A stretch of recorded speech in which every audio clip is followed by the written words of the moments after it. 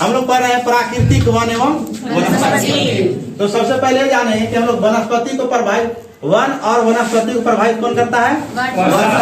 तापमान। जैसे आप लोग पढ़े यहाँ पे कि पर्वतीय वन का वृक्ष, जैसे पर्वतीय वन में जो भी वृक्ष होंगे उसका आकृति धीरे धीरे जो है वृक्ष का क्या होगा? घटते जाएगा। और घटते घटते उसका आकृति जो है कैसे हो जाएगा? संवर्धन होने का प्रमुख कारण क्या है? आपको देख, संवर्धन होने का प्रमुख कारण क्या है? ताप प्लस वर्षा। अपने आप को बचाने के लिए पेड़ पौधे अपने आप का आकृति कैसे बदल लेते हैं? अब यहाँ सबसे पहले जानेंगे हम लोग कि प्राकृतिक वन बहुत तरह के होते हैं, जिसमें हम लोग पढ़ेंगे सदाबहार वन, फिर पढ़ेंगे पर्णपाती वन, आद्र पर्णपाती वन। पर्णपाती वन को कितने भागों में बांटा गया? एक पर्णपाती वन, आद्र पर्णपाती वन उसे कहेंगे जहाँ पर वर्षा कितना से कितना सेंटीमीटर? 120 से। अब थोड़ा सा अगर शुष्क है तो थोड़ा सा उससे तो कम होना चाहिए, तो 70 से 120। पर्णपाती वन वैसा वन है जो भारत में सबसे अधिक मात्रा में अधिक क्षेत्रफल घेरता है। कौन? पर्णपाती। समझ आया? तो पर्णपाती वन है। और पर्णपाती वन का खासियत है कि वो अपना सारा पत्ता एक सीजन में गिरा देता है। लेकिन सदाबहार वन का एक खासियत है, सदाबहार वन का खासियत ये है कि वो अपना पत्ता एक एक करके गिराता है, नया आते रहता है, पुराना।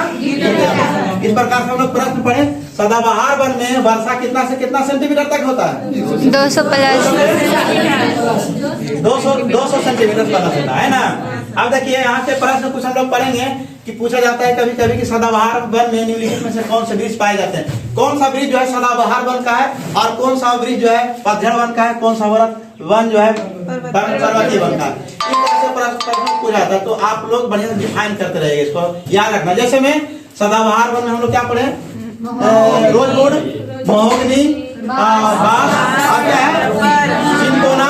सिनकोना, आवनुस। देखिए अभी हम बताएंगे ना सिनकोना की छाल वाला एक कहानी, तो सब प्रश्न यहाँ से इसके छाल से मिलता है।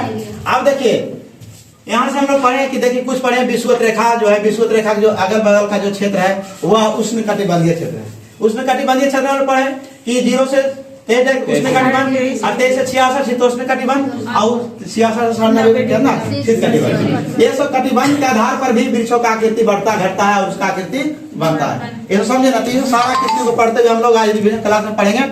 ये जो क्षेत्र है ये भी जो है क्या है? मरुस्थलीय क्षेत्र है। मरुस्थलीय क्षेत्र में नहीं बताए, मरुस्थलीय क्षेत्र में हम लोग नहीं पढ़ पाए। देखिए छूट गया है। मरुस्थलीय क्षेत्र में ऐसा होगा कि मरुस्थलीय क्षेत्र में जो भी वृक्ष पाए जाएंगे उनको कम पानी की आवश्यकता होगा। कैसा होगा? कम पानी की आवश्यकता। और उसका पत्ती छोटा छोटा होगा। पत्ती कैसा होगा? छोटा होगा और कांटेदार होगा। कैसा होगा? कांटेदार। जैसे में अगर खजूर का पेड़ ले लिया जाए तो उसको पानी की आवश्यकता उतना नहीं। लेकिन कभी देखे हैं कि अगर रेगिस्तान क्षेत्र में, डिजर्ट क्षेत्र में पीपल का पेड़ हो सकता है, क्योंकि पीपल का और आम का पेड़ का थोड़ा सा पानी की आवश्यकता पड़ता है। तो वहाँ कैसा होगा? जैसे बबुल होगा, तार होगा, है ना। तो इस तरह के क्षेत्र मरुस्थलीय क्षेत्र, जैसे में राजस्थान। ठीक है। अब हम पीछे पढ़ाए थे कि राजस्थान का हृदय किसे कहा जाता है? पुष्कर मेला भी कहा जाता है। पुष्कर मेला किस पशु के लिए लगाया जाता है? ऊंट के। बोलना है सभी को। जैसे पुष्कर मेला किस पशु के लिए लगाया था? तो उसी को ऊंट को ही रेगिस्तान का घोड़ा भी किसे कहते हैं? ऊंट को। इस प्रकार पढ़े। यहाँ हम जैसे पढ़े थे कि कवक और शैवाल के बीच का कड़ी किसे कहा था? जिस प्रकार से जीवाणु और विषाणु का बीच का कड़ी किसे कहता है? क्यों कहा जाता है? क्योंकि विषाणु में तो जीवाणु का भी गुण है और विषाणु का भी, इसलिए विषाणु को जीवाणु के बीच का क्या कहता है? लाइकेन क्या है? शैवाल क्या? देखिए शैवाल से हम लोग पढ़े थे कि शैवाल ऐसा है कि वह प्रकाश संश्लेषण क्रिया के दौरान वो जीवित रहता है, और इसको कहते हैं हरा शैवाल। ठीक है ना। शैवाल का अध्ययन हम बताए थे क्या किसमें करते हैं? विज्ञान का विज्ञान की किस शाखा में शैवालों का अध्ययन करते हैं? माइकोलॉजी। क्या बोले?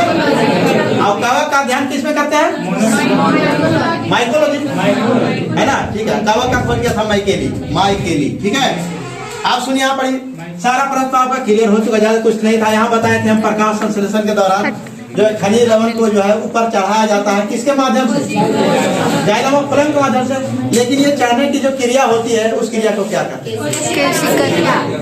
ये सब सारे क्लासों को हम लोग थोड़ा पढ़ने के साथ रिविजन भी किए और रिवीजन करने के साथ हर क्लास रिवीजन के तौर पर चलता है।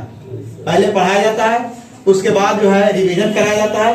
आप कराने के साथ साथ फिर उसके बाद क्या होता है, होमवर्क का चेकिंग, नोट्स, ये सब देखा जाता है। और उन विद्यार्थियों को खास करके यहाँ छूट दिया जाता है जो विद्यार्थी कमजोर है आमतौर पे। अगर आप नहीं पढ़ते हैं तो ये आपकी गलती है, ठीक है। यहाँ देखिए, तो यहाँ सारा बताएं, इग्लू से संबंधित बात बताएं, इग्लू क्या है। अब आपका क्लास समाप्त हुआ, ठीक है।